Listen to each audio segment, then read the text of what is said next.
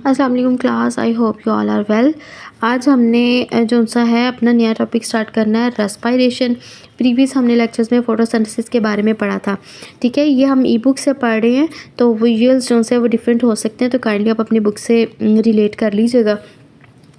सबसे पहले देखिए रेस्पिरेशन क्या है। रेस्पिरेशन एक ऐसा अमल है जिसमें जो सा है एनर्जी जो सी है वो यील्ड की जाती है। ठीक है, energy yielding process is called cellular respiration. चूँकि हर सेल जो सा है वो अपने लिए एनर्जी बनाता है, तो इसलिए इसको हम सेलुलर रेस्पिरेशन भी कहते हैं।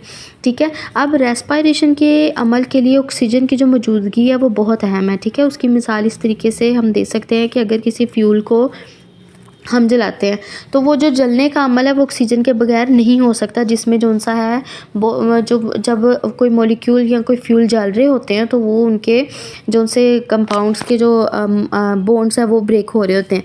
तो उस दौरान क्या होता है, एनर्जी आपको यील्ड होती हुई नज़र आती है, किस शक्ल में, हीट और लाइट की शक्ल में। इसी तरीके से जब हमारी बॉडी भी कोई भी हमने फूड स्टफ जो खाया बाहर से, जो न्यूट्रिशन ली है, उससे अब एनर्जी बनानी है। हमने मेन जो इसमें डिस्कस करना है वो ग्लूकोज के मॉलिक्यूल को आप देखेंगे किस तरीके से ग्लूकोज को तोड़ के जो सा वो एनर्जी बनाई जाती है। अब ग्लूकोज के अंदर बहुत सारे कार्बन हाइड्रोजन बॉन्ड्स प्रेजेंट होते हैं। जब कार्बन और हाइड्रोजन बॉन्ड्स टूटते हैं तो उसके नतीजे में क्या होता है, एनर्जी इमिट होती है। ठीक है, और वही एनर्जी जो निकल रही है एनर्जी वहाँ से, उस एनर्जी को यूटिलाइज़ कर लिया जाता है क्या बनाने के लिए, एटीपी के मॉलिक्यूल्स। ठीक है, और आपने पढ़ा कि हमारी बॉडी का एनर्जी करेंसी क्या है, एटीपी है। तो एटीपी की शक्ल में एनर्जी को सेव कर लिया जाता है। अब इसमें होता क्या है कि इसमें जो प्रॉपर ऑक्सीडेशन रिडक्शन रिएक्शंस के बाद क्या होता है, ग्लूकोज के मॉलिक्यूल को तोड़ के कन्वर्ट कर दिया जाता है किसमें, कार्बन डाइऑक्साइड और वाटर के मॉलिक्यूल में, और आपके पास जो सा एनर्जी जनरेट हो रही है। ठीक है, अब इसमें बात कर रहे हैं दो तरह की रेस्पिरेशन होती है, एरोबिक रेस्पिरेशन और एनारोबिक रेस्पिरेशन।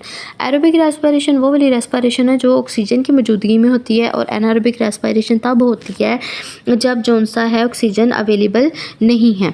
ठीक है, सबसे पहले आप ये बॉक्स में देखिएगा, उसमें उन्होंने बात की है कि जो रेस्पिरेशन जब हो रही होती है तो जो फूड है वो ऑक्सीडाइज हो जाता है किस शक्ल में, कार्बन डाइऑक्साइड की शक्ल में। ठीक है, और जबकि जो आपकी ऑक्सीजन है वो रिड्यूस हो जाती है किस शक्ल में, वाटर की शक्ल में। ठीक है, एट दी एंड जो आपको वाटर और कार्बन डाइऑक्साइड मिल रहा है तो उसकी सोर्स बता रहे हैं कि कार्बन डाइऑक्साइड कहाँ से बन रहा है और वाटर के मॉलिक्यूल कहाँ से बन रहे हैं। ठीक है, कार्बन डाइऑक्साइड में जो ऑक्सीजन प्रेजेंट है वो कहाँ से आ रही है, वो आ रही है आपके फूड स्टफ से जो ऑक्सीजन निकल रही है। ठीक है, और जो आपके वाटर में ऑक्सीजन प्रेजेंट है वो कहाँ से निकल रही है, वो कहाँ से हो रही है, उसमें ऐड हो रही है, वाटर के मॉलिक्यूल कहाँ से बन रहे हैं, इस ऑक्सीजन से। ठीक है, इस चीज़ को आपने याद रखना है कि इसकी सोर्स कौन सी है।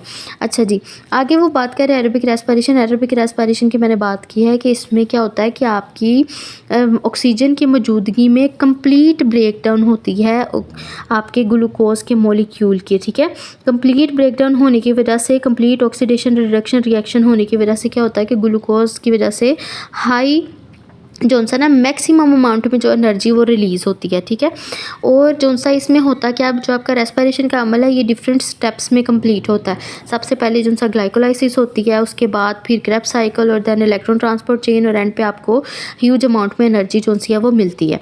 ठीक है, अब इसमें ग्लूकोज का जो आपका मॉलिक्यूल है वो ब्रेक डाउन हो जाता है इनटू 2 पायरुविक एसिड के मॉलिक्यूल्स। ठीक है, 2 पायरुविक एसिड के मॉलिक्यूल्स में इसको तोड़ दिया जाता है। सेकंड फेज़ में क्या होता है कि हर पायरुविक एसिड जो सा है वो किसमें दाखिल हो जाता है, अपने नेक्स्ट फेज़ में, जो कि क्या है, क्रेब्स साइकिल है। ठीक है, क्रेब्स साइकिल में मज़ीद उसकी ब्रेक डाउन करके तो उससे जो सी मैक्सिमम एनर्जी जो सी है वो हासिल की जाती है।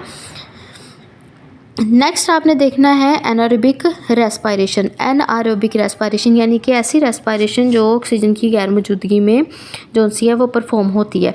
इसमें क्या होता है कि एब्सेंस ऑफ ऑक्सीजन। ठीक है, ग्लूकोज जो सा वो इनकम्प्लीट ऑक्सीडाइज होता है, ग्लूकोज की मुकम्मल तौर पे ऑक्सीडेशन नहीं होती, टूटता नहीं है ग्लूकोज। उसमें एज रिज़ल्ट क्या होता है, पहला जो फेज़ है वो तो एनारोबिक रेस्पिरेशन में उसी तरीके से होता है जिस तरीके में एरोबिक रेस्पिरेशन में होता है, यानी कि ग्लूकोज को तोड़ के बनाया जाता है पायरुविक एसिड। लेकिन पायरुविक एसिड तक जो सा है उसके बाद पायरुविक एसिड से वो क्रेब्स साइकिल में ऑक्सीजन ना होने की वजह से वो क्रेब्स साइकिल में तो नहीं दाखिल हो सकता, और ना ही उससे जो सा है वो एटीपीज़ बनते हैं ह्यूज अमाउंट में।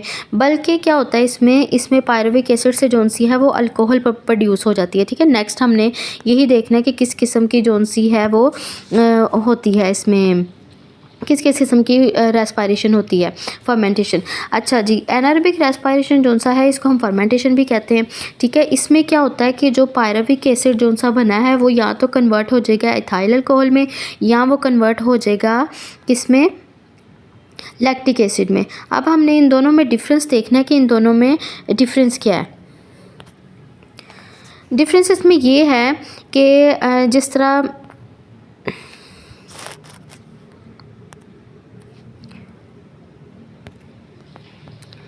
इसमें आप डिफरेंस देखिए, जो रेस्पायरेशन है, फर्मेंटेशन जो सी है वो दो तरह की बताई है उन्होंने। एक आपकी है अल्कोहलिक फर्मेंटेशन और दूसरी है lactic acid fermentation. Alcoholic fermentation में क्या होता है, इन दोनों में फ़र्क है, इन दोनों में ये फ़र्क है कि किस किस्म के ऑर्गेनिजम्स में पाई जाती है, ठीक है। जो अल्कोहलिक फर्मेंटेशन है इस किस्म की, जो एनारोबिक रेस्पायरेशन है वो किस में होती है, वो होती है बैक्टीरिया में, यीस्ट में, ठीक है। और जबकि लैक्टिक एसिड फर्मेंटेशन है ये ज़्यादातर स्केलेटन मसल्स में होती है, ह्यूमंस बीक में या अदर एनिमल्स में, ठीक है।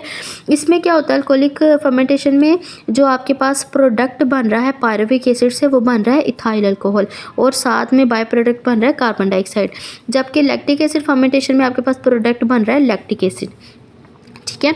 और ये होता किस तरह से है ये अमल, यानी कि मिसाल के तौर पे आप बहुत ज़्यादा हाई एक्टिविटीज़ परफॉर्म कर रहे हैं तो उस वक्त जो ऑक्सीजन जो सी है वो प्रॉपर हमारी बॉडी को नहीं मिल रही, हाई जो सा है वो एक्सरसाइज कर रहे हैं और उस दौरान हमारी एक्टिविटी जो सी है वो बहुत ज़्यादा है लेकिन ऑक्सीजन की सप्लाई कम है, तो उस नतीजे में जो सी रेस्पायरेशन हो रही होती है वो कौन सी हो रही होती है, लैक्टिक एसिड फर्मेंटेशन हो रही होती है, उस वक्त एनारोबिक रेस्पायरेशन हो रही होती है बॉडी में, ठीक है। नेक्स्ट आपने पढ़ना है इंपॉर्टेंस ऑफ फर्मेंटेशन। अब इंपॉर्टेंस ऑफ फर्मेंटेशन में उन्होंने बताया है कि जब लाइफ जब स्टार्ट हुई थी तो उस दौरान जो सा है उस वक्त दुनिया पे जो ऑक्सीजन की कमी जो सी कमी थी, ठीक है। ऑक्सीजन फ्री जो सी ऑक्सीजन है वो अवेलेबल नहीं थी इतनी अमाउंट में, तो उस दौरान जो ऑर्गेनिजम्स थे जिन्हें हम अर्ली ऑर्गेनिजम्स कहते हैं वो किस तरीके से अपनी एनर्जी जनरेट करते थे, थ्रू एनारोबिकली, ठीक है। तो उस वक्त वो अपने लाइफ की सारी एक्टिविटीज़ करने के लिए एनारोबिकली रेस्पायर करते थे, ठीक है, रेस्पायरेशन करते थे क्योंकि ऑक्सीजन अवेलेबल नहीं थी। उसके अलावा वो बात कर रहे हैं उसमें बहुत सारे बैक्टीरिया हैं आपके और कुछ फंजाई है जो कि एनर्जी जो से है वो हासिल करते थे इस अमल से। उस किस्म के ऑर्गेनिजम्स को क्या कहा जाता है, एनारोब्स, ठीक है। और उसके अलावा मैंने स्केलेटल मसल्स की बात की है, ह्यूमन बींग्स में भी ये देखी जाती है जिसे हम कहते हैं लैक्टिक एसिड फर्मेंटेशन। जब ऑक्सीजन अवेलेबल नहीं है और आप बहुत ज़्यादा अपने मसल्स से काम ले रहे हैं, ठीक है, हाई एक्टिविटी कर रहे हैं ड्यूरिंग एक्सरसाइज मिसाल के तौर पे, तो उस टाइम जो सी ऑक्सीजन प्रॉपर नहीं मिल रही जिसकी वजह से क्या होता है, जो एनर्जी जनरेट करने का अमल तो नहीं रोका जा सकता, तो उस वक्त जो सी जितनी भी अमाउंट में एनर्जी जो सी बन रही होती है उसको जो सा वो फिर यूटिलाइज़ कर लिया जाता है। उसके अलावा जो साइंटिस्ट हैं उन्होंने फर्मेंटेशन के अमल को जो सा है यूटिलाइज़ करते हुए माइक्रोब्स की इस एबिलिटी को यूटिलाइज़ करते हुए उन्होंने बहुत सारी जो सी हैं वो जो से प्रोडक्ट्स बनाए हैं ह्यूमन के वेलफेयर के लिए। उसमें आपके पास चीज़, योगर्ट और जो सा है बहुत सारे बेकिंग इंडस्ट्रीज़ में, ब्रूइंग इंडस्ट्री में प्रोडक्ट जो से वो आपको देखने को मिलते हैं जो हम यूज़ करते हैं। उसके अलावा जो सोया सॉस है वो प्रोड्यूस किया जाता है ख़ास फंजाई से जिसको हम कहते हैं अस्परजिलस। नेक्स्ट आप देखेंगे कि ये जो मैकेनिज़्म ऑफ रेस्पायरेशन है ये होता किस तरीके से है, ठीक है। इसमें हम देखते हैं, मैंने आपसे बात की थी कि रेस्पायरेशन जो सा है ये कितने स्टेप्स में कंप्लीट होता है, 3 फेजेस में जी। इसमें देखेंगे सबसे पहले जो इसमें अमल होता है वो होता है ग्लाइकोलाइसिस का, ठीक है। मैकेनिज्म ऑफ रेस्पिरेशन जो है उसमें सबसे पहले जो आपके पास स्टेप है वो है ग्लाइकोलाइसिस। ग्लाइकोलाइसिस में क्या होता है, हमने पहले स्टडी किया था कि जो ग्लूकोज का मॉलिक्यूल है उसको तोड़ के कन्वर्ट कर दिया जाता है इनटू पायरुविक एसिड, ठीक है। पायरुविक एसिड से जो सा है पायरुविक एसिड तक जो सा बनाने का अमल है उस दौरान क्या होता है, अब ये जो ग्लाइकोलाइसिस का अमल है ये होता है आपके साइटोप्लाज्म में, सेल के साइटोप्लाज्म में, जबकि जो आगे जो स्टेप्स हैं वो होते हैं माइटोकॉन्ड्रिया में, ठीक है।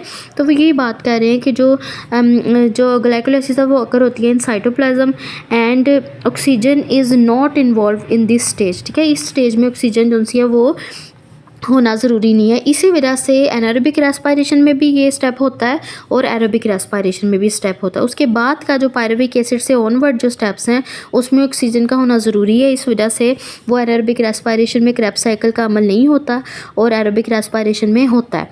ठीक है, अब ग्लाइकोलाइसिस में होता है क्या, हमने आगे भी डिस्कस किया कि ग्लूकोज के मॉलिक्यूल के तोड़ के कन्वर्ट कर दिया जाता है टू पायरुविक एसिड के मॉलिक्यूल्स में। इसके बाद जो पायरुविक एसिड के जोन सा है उसकी कंप्लीट ऑक्सीडेशन होती है कहाँ पे, क्रेब्स साइकिल में। ठीक है, क्रेब्स साइकिल आगे हम देखेंगे। अब इसमें जब इसमें फर्दर जो पायरुविक एसिड को तोड़ा जाता है तो आपके पास बनते हैं एटीपी और NADH और FADH2।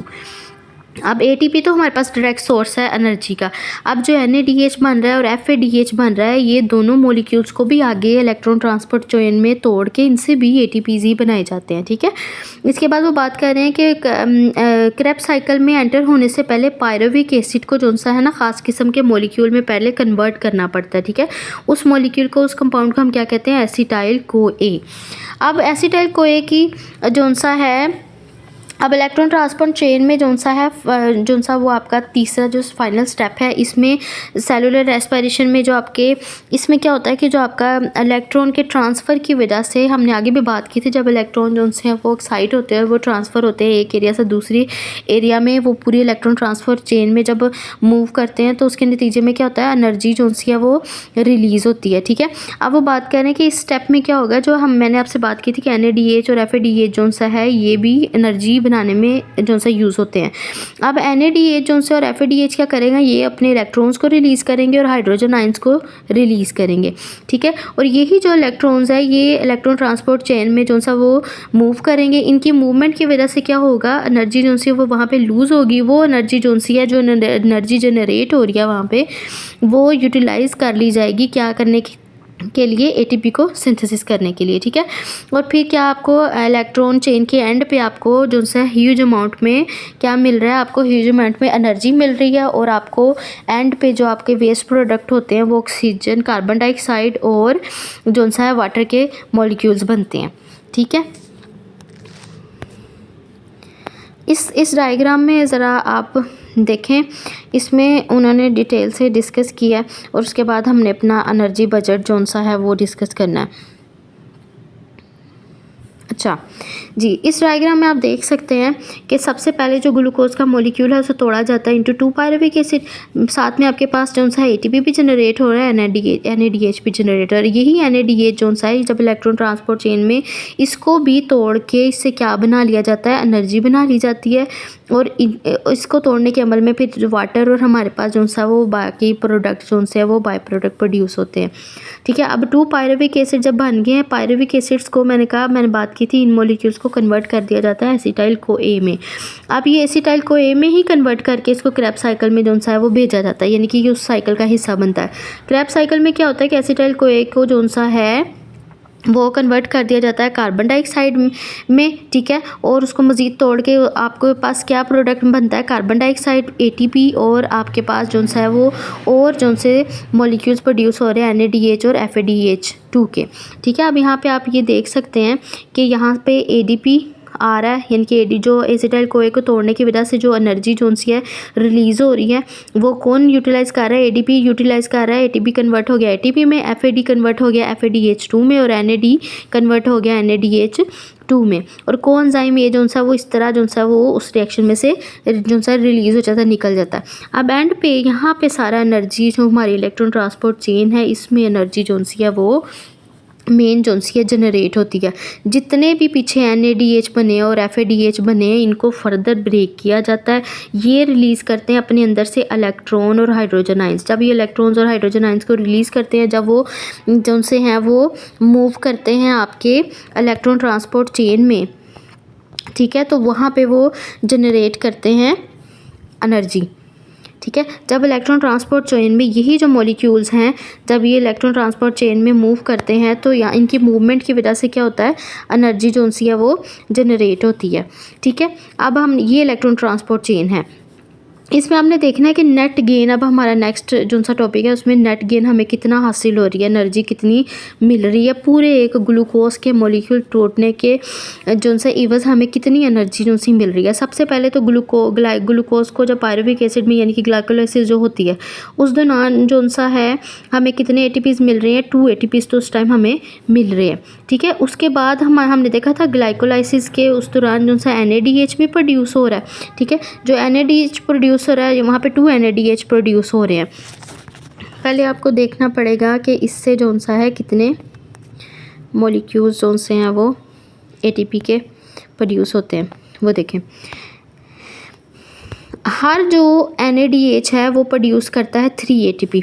ठीक है, एक NADH के मॉलिक्यूल से आपको 3 ATP के जो से हैं वो मॉलिक्यूल्स मिलते हैं। ठीक है, जब वो इलेक्ट्रॉन ट्रांसपोर्ट चेन में दाखिल होते हैं, और हर जो सा FADH2 है उससे आपको 2 ATP के मॉलिक्यूल्स मिलते हैं। ठीक है, तो टोटल आउटपुट आपने जो सी ATPs की देखनी है इस चार्ट में, वो हम देखते हैं अभी। और इसमें वो उन्होंने बात की है कि जो अब the NADH generated in glycolysis gives 2 ATP because 1 ATP is spent to transport it across the mitochondrial membrane। मैंने बात की थी कि जब ग्लाइकोलाइसिस से जो NADH प्रोड्यूस हो रहा है ना, उससे बाज़ाहिर तो बनने चाहिए 3 ATP, लेकिन एक ATP जो सा वो इस्तेमाल पहले ही कर लेते हैं एनर्जी को उसको ट्रांसफ़र करने के लिए। जब पायरुविक एसिड जो टूट जाता है तो जब उसे एसिटाइल कोए में कन्वर्ट किया जाता है ना, तो उसको जब ट्रांसफ़र करना होता है ना माइटोकॉन्ड्रिया के अंदर फर्दर जो सी है, वो मैंने आपसे बात की थी आगे भी कि जो क्रेब्स साइकिल वगैरह का जो अमल है और जो इलेक्ट्रॉन ट्रांसपोर्ट चेन है ये कहाँ पे होता है, complete process in the mitochondria. ठीक है, तो जब साइटोप्लाज्म से उस एसिटाइल कोए को कन्वर्ट करने के लिए उसको अंदर ले जाने के लिए माइटोकॉन्ड्रिया के वहाँ पे एक्टिव ट्रांसपोर्ट होती है, वहाँ पे ATP एक यूज़ होता है। ठीक है, इस ATP को जब हमने नेट गेन करना है, नेट हमने निकालना है ना कि कितने ATP जनरेट हुए, तो उसमें हमने इस ATP को निकाल देना है जो वहाँ पे यूज़ हो रहा था एसिटाइल कोए को या आपके पायरुविक एसिड को माइटोकॉन्ड्रिया के अंदर भेजने के लिए। ठीक है, जहाँ पे फर्दर उसकी ब्रेकडाउन होनी थी। अब हमने नेट गेन देखना है कि हमें कितना जो सा है वो एनर्जी जो सी है वो हासिल हो रही है। मैंने बात की ग्लूकोज जब पायरुविक एसिड में टूटता है तो उस दौरान हमारे पास 2 ATP तो जो से वो जनरेट होते ही होते हैं सीधे सीधे। ठीक है, ये आपके दोनों चूँकि एरोबिक रेस्पिरेशन में भी ये ग्लाइकोलाइसिस का ये वाला स्टेप होता है और एनारोबिक रेस्पिरेशन में भी। ठीक है, तो हमारे पास एनारोबिक रेस्पिरेशन से चूँकि आगे नहीं होता, एसिटाइल कोए नहीं बनता और ना ही क्रेब्स साइकिल का अमल होता है, ना ही इलेक्ट्रॉन ट्रांसपोर्ट चेन का अमल होता है, तो इसलिए जो एनारोबिक रेस्पिरेशन है उसमें हमें एक ग्लूकोज से सिर्फ 2 ATP मिलते हैं। ठीक है, लेकिन अगर कंप्लीट ग्लूकोज की ऑक्सीडेशन हुई है तो उसमें हमें एंड पे 36 ATP मिलते हैं सिर्फ एक ग्लूकोज से। किस तरीके से देखें, ग्लूकोज से ग्लाइकोलाइसिस जब हुआ ये 2 ATP हमारे पास ये हो गए जनरेट, उसके बाद वहाँ से जो 2 NADH निकल रहे हैं उन 2 NADH से हमें बाज़ाहिर तो 6 ATP मिलने चाहिए थे, लेकिन हमें किस तरह 4 ATP मिल रहे हैं हमने पीछे पढ़ा, क्योंकि एक ATP जो सा वो इस्तेमाल हो गया एक पायरुविक एसिड को ट्रांसफ़र करने के लिए। तो चूँकि 2 पायरुविक एसिड होते हैं तो 2 पायरुविक एसिड को ट्रांसफ़र करने के लिए 2 ATP लगेंगे।